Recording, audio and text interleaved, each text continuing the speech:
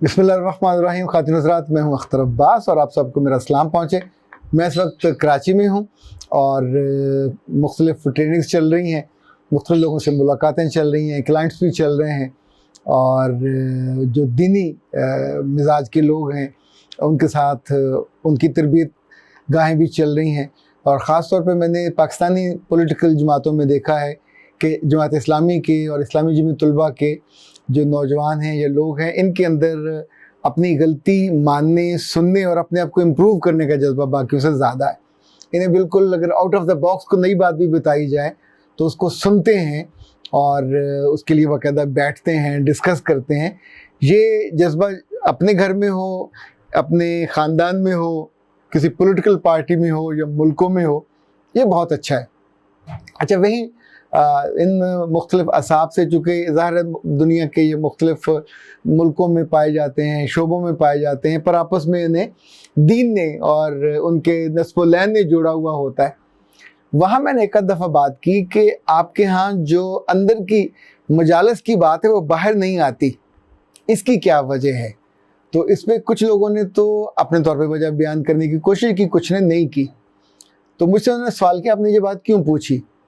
तो मैंने उनसे कहा कि रोज़ आजकल जो अखबारात हैं, जो शह सुर्खियाँ बनती हैं, वज़ीर-ए-आज़म की कैबिनेट के साथ मीटिंग हुई, अंदर किसने क्या कहा, यानी ये पाकिस्तान की सबसे ज़्यादा सेंसिटिव जगह है। They are the most important person in Pakistan in political scene. Prime minister है, उसके मिनिस्टर्स हैं, पर कोई बंदा उस राज को राज नहीं रखता। अपने मतलब के या अपने दोस्तों का जो हल्का है, जर्नलिस्टों का, चाहे वो टीवी के हों या अखबारात के हों, उनको वो बता देते हैं, बल्कि यहाँ तक कि जो सरकारी राज है वो भी आउट हो जाते हैं। ये भी मामला आपने अगर देखा और सुना हो कि जो ट्रांसफ़र होते हैं, ज़ाहिर है ये भी एक बिल्कुल सीक्रेट होता है, तो सेक्रेटरीट से गवर्नर को जाते हुए साइन करने के लिए बीच में ये चीज़ें आउट हो जाती हैं। अभी हाल ही में जो इस्लामाबाद में मीटिंग हुई जिसमें फ़ौजी जर्नैल बैठे थे और कुछ पॉलिटिकल लीडर्स बैठे थे, वहाँ जनरल आसिफ बाजवा ने उनसे कहा, ख्वाजा आसिफ से, कि आप तो बड़े जवान लग रहे हो, ताज़ा लग रहे हो, लगता है जेल ने अच्छा असर डाला। अब देखिए, उन्होंने एक मीटिंग के अंदर बात हो रही होगी, हल्की फुल्की होगी, ये बात उन्हीं में से किसी ने बाहर की होगी, किसी नौकर ने, किसी चपरासी ने बात नहीं की होगी। जो बात मैं आपसे कहना चाह रहा हूँ वो अल्लाह के रसूल सल्लल्लाहु अलैहि वसल्लम की एक हदीस है, और क्या खूबसूरत हदीस है। हर हदीस की खूबसूरती है कि उसमें मुख्सर और तनव्वु होता है। फरमाया अल मजालिसु बिल अमानत, ये जो मजलिसों में, मीटिंग्स में जब तुम बैठे होते हो, जो वहाँ बात होती है, ये तुम्हारे लिए राज है, ये तुम्हारे लिए अमानत है, तुम अमानतदार बनो। कोई आदमी अगर अमानत में ख़यानत करे तो ज़ाहिर बुरा लगता है, कोई अपना करे या गैर करे, सरकारी तौर पे करे, गैर सरकारी तौर पे करे, दफ्तर की बात करे या घर की बात करे। मैं चाहता हूँ कि इसको, इस हदीस को आप अपने जहन में, अपने दिल में नक्श कर लीजिए। अगर आप ये इसको कर लेते हैं, दो लफ्ज़ हैं, अल मजालिसु, मजलिस किसे कहते हैं जिसमें आप दो तीन लोग बैठ के बात कर रहे होते हैं, अरबी में उसको मजलिस कहते हैं। नशिस्त कह लें, मीटिंग कह लीजिए, बोर्ड की मीटिंग कह लीजिए, छोटी, इवन जब मियाँ बीवी बैठे हैं तो वो भी मजलिस है। जब मियाँ अपनी बीवी के साथ होने वाली बातों को, उसने इजहार मोहब्बत किया, उसने कोई डिमांड की, उसने कोई दिल की बात आपसे कर दी और आपने जाकर ठग से अपनी माँ को बताया कि मेरी बीवी ने ये कहा, तो इसका मतलब है आप अमानतदार शौहर नहीं हो, आप ट्रस्टवर्दी आदमी नहीं हो। आपने वही बात अपनी बीवी की उठा के अपनी बहन को बता दी कि वो तो मुझे करीब भी नहीं लगने देती, वो मुझे ये नहीं करने देती, वो मुझे ये कहती है।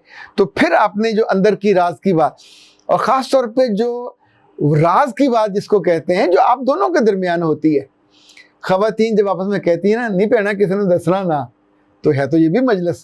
तो जिसने वो सुनी, अगर वो आगे जाके यही बात कहती है कि पहना किसी ने दसना ना, ये मुझे पता चला है। अब सोचिए कि आप अल्लाह के रसूल सल्लल्लाहु अलैहि वसल्लम की उस हदायत की नाफरमानी के मुर्तकिब हो रहे हैं। दावा मोहब्बत झूठा होता है, हर दावा झूठा होता है, हर दावे को सबूत चाहिए होता है। अगर आपको अल्लाह के रसूल से या रब से मोहब्बत है तो हर मोहब्बत सबूत मांगती है ना। ہماری زندگی میں جتنی ڈیلنگز ہیں، جتنے معاملات ہیں، میں نے نوٹ کیا کہ اگر صرف یہ 2 لفظ آپ کے ذہن میں ہوں، المجالس بالامانت، آپ گھر کی بات باہر نہیں کریں گے، آپ دفتر کی بات دوستوں میں نہیں کریں گے، آپ دوستوں کی بات ان کے دشمنوں میں نہیں کریں گے، آپ سیاسی بات کسی دوسری جگہ نہیں کریں گے، اگر آپ حکومت میں ہیں، اگر آپ سرکاری ملازم ہیں تو آپ دفتر کی باتیں واٹس ایپ پہ باہر نہیں پہنچائیں گے۔ سپریم کورٹ تک میں یہ ہوتا رہا کہ فیصلوں کے دوران لوگوں نے واٹس ایپ کی اور اخبار نویسوں کو پہنچا دیے۔ ایون جس روز جسٹس افتخار کا ریٹائرمنٹ تھی اور آخری شاید چل رہا تھا، اس روز بھی یہ ہوا کہ جیو میں جو ہمارے فاروقی صاحب ہیں انہوں نے اس کو، ان کی خبر لیک ہو گئی اور بعد میں کتنا بڑا مسئلہ بنا۔ ایک اس لیکیج کی وجہ سے جسٹس صاحب کی جو عزت تھی، احترام تھا، یہاں سے وہ زمین پہ آ کے گرا، اور اس کے بعد سے کبھی کسی نے ان کو وقت پاتے نہیں دیکھا۔ یہ جتنی اندر کی باتیں لیک ہوں گی کسی ایک کو بے وقت کر دیتی ہیں، اور اگر یہ پتہ چل جائے یہ جاسوسی کس نے کی، یہ غداری کس نے کی، یہ بڑے بڑے لفظ ہیں، کن کے لیے استعمال ہوں گے؟ کیا دشمنوں کے لیے؟ کیا دوسرے ملکوں کے لیے؟ جب فوج میں سے کوئی اندر کی بات باہر کرے گا تو غداری کہا جائے گا نا۔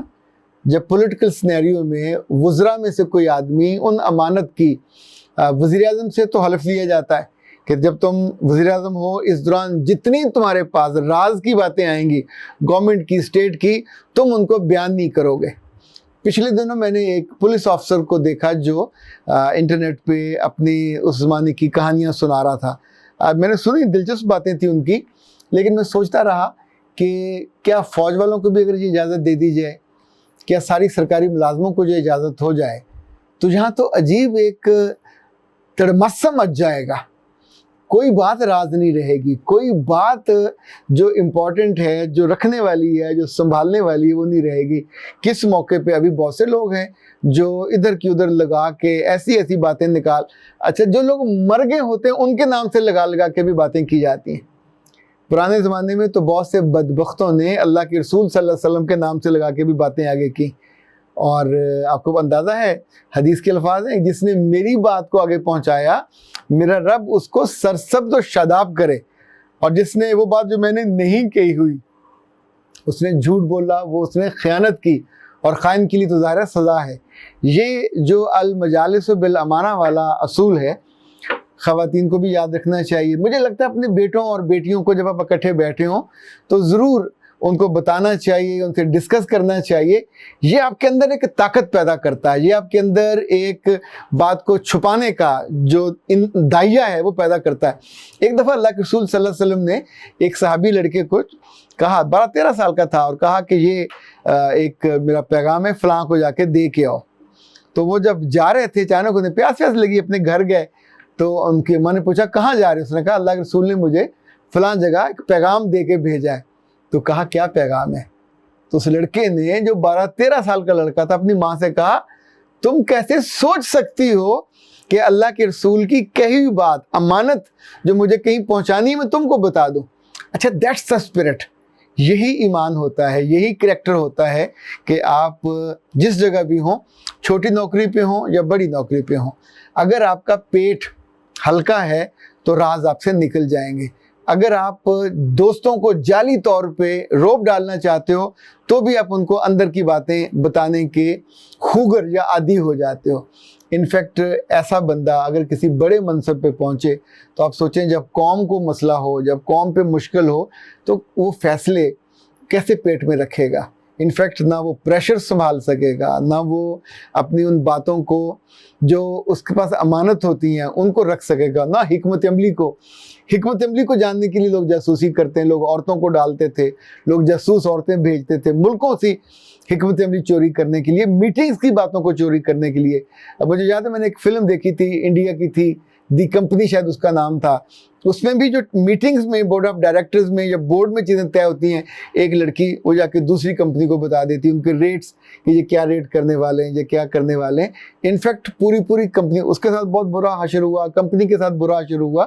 سو ایک چیز نہ ماننے کے نتیجے میں اور کسی ایک کو راضی کرنے کے لیے आप उसकी एक्स्ट्रा थोड़ी सपोर्ट लेने के लिए या उसके दिल में जगह बनाने के लिए ये जो गद्दारी करते हैं या ये जो बेवफाई करते हैं, ये जो राज को आगे पहुंचाते हैं, चाहे ये राज बीवी का हो, तो मैं तो इस हक में भी हूँ कि अगर बच्चों ने भी आपसे कोई बात की है और आपको अपना राजदार या राजदान बनाया है, तो फिर आपको वो अगले किसी और से बात नहीं करनी चाहिए।